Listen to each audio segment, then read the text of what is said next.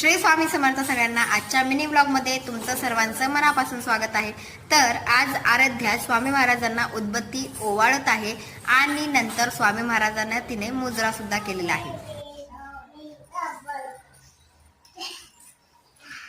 काय म्हणायचं नंतर अचानक दीदीचा कॉल आला की आपण स्वामी केंद्रामध्ये जाऊया। मग स्वामी केंद्रामध्ये आलो, स्वामींचं दर्शन घेतलं।